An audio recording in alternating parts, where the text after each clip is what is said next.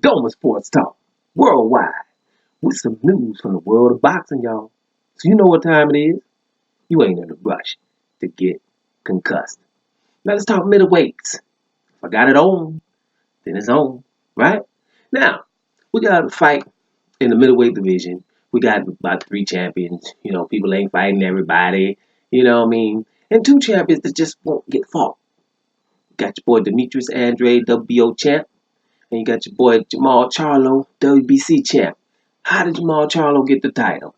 Well, he beat up everybody. It was interim, mandatory, and all that. And people didn't want to fight him.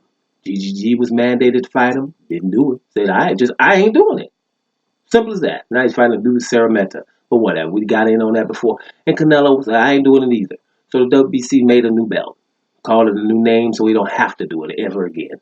And that's a franchise belt. Undefeated. Demetrius Andrade, WBO champion. WBO champ. He's a champion. They talk about him like he's done, like he's invisible. He doesn't. No one knows him, but he's a champion. And he speaks English too. You know what I'm saying? The champions that don't speak English, people know, but the champions speak English. No one knows him, right? Now, another thing these two dudes got in common: they were champions in the division below the middleweight division, the junior middleweight division. Right? Now I've been telling you, Canelo and GGG ain't gonna fight him. So what they're gonna try to do is have them fight each other. Now, the promoter of your boy Demetrius Andrade, Eddie Hearn, said, now he wants the Demetrius Andrade versus Charlo fight. He gave Charlo an offer to go to the zone and fight for one fight, and then see what happens after that to fight Demetrius Andrade. Right? And I'm like, boom, told you. Right? What is it gonna be? So we can run from only one fight? Yeah, so we can run from only one. Because we're running from both of them. If they fight, one of them got one loss. And after that, well, he got one loss. We don't have to fight him. Right? Hell no. Like I said that before. Right? Hell no to Andre and Charlo. Said it back before I was saying the same thing about Canelo versus Kovalev. Kovalev, Canelo. We got songs about it. Right? No, we don't. Y'all know what time it is. I knew this was going to happen. These dudes should not fight until one of them have fought either or and Canelo or GGG. There's no way that you can have the titles in that division and you don't fight Canelo or GGG and you've been wanting to fight them forever. Canelo, you was in the same division at 154 and you've been wanting to fight them. But that's just not what happened. Now, Eddie Hearn said he's been trying to get the guy at Demetrius Andrade fights. He needs a mega fight. He deserves a mega fight, but he can't get it. And he can't seem to force the guys to fight him. Now, I was, a little irked by Eddie Hearn by not being more vocal because Demetrius Andrade is at the zone just like Canelo. And the zone and Eddie Hearn, but especially the zone, both of them, they weren't saying that. Like, hey, guys, this is an undisputed fight, Canelo. Fight him. And they were letting Canelo go and talk about Kovalev. And the zone even said, hey, you can fight Kovalev, you can fight, I think, Callum Smith, they said, Jaime Munguia, and that kind of stuff.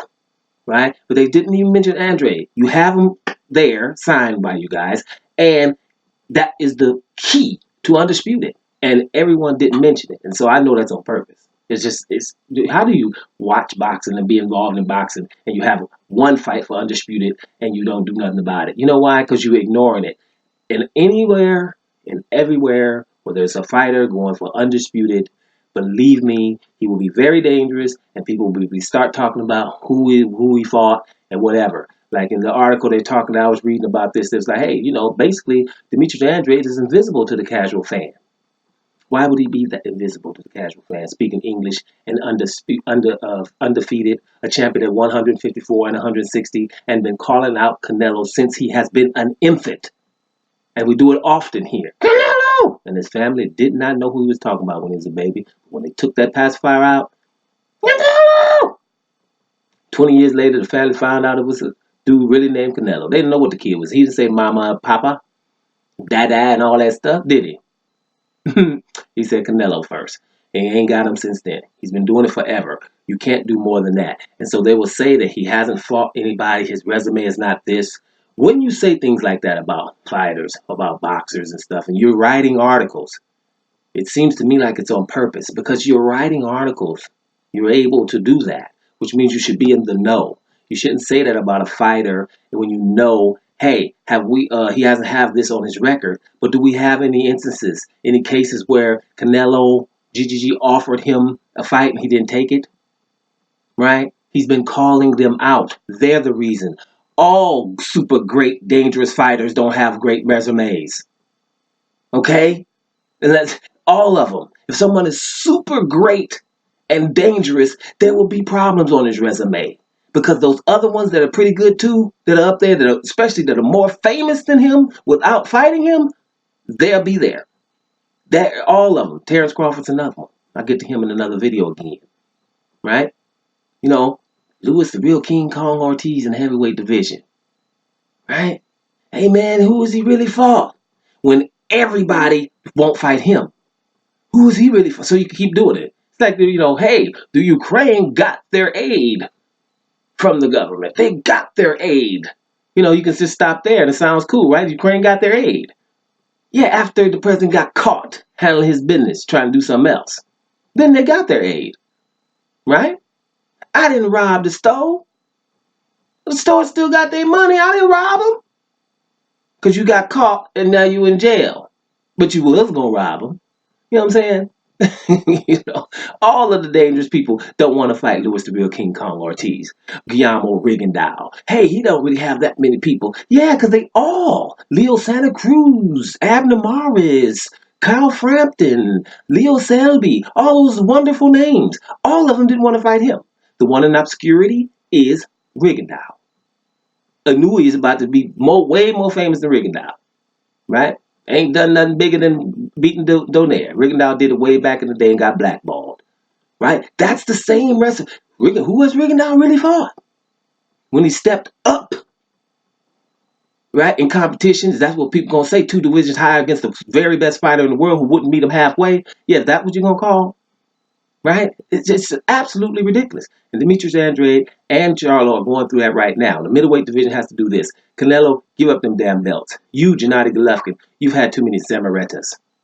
Right? We had too many Zamaretas. Zamareta is not even a mandatory. He's a mandatory now, but we have videos before he was. When I was telling you, they're rushing to make him mandatory so he can say I'm fighting a mandatory. Zamareta, 4 knockouts.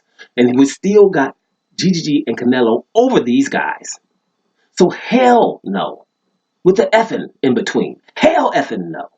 To know Andrade and Charlo until they fight Canelo or GGG. After that, we can gauge them. If not, both of them busters got to give up their titles to these dudes. Now, we ain't trying to see I don't want to see it at all. Charlo and Andrade, without them fighting them. They've been trying forever, and everybody's helping them not fight these guys.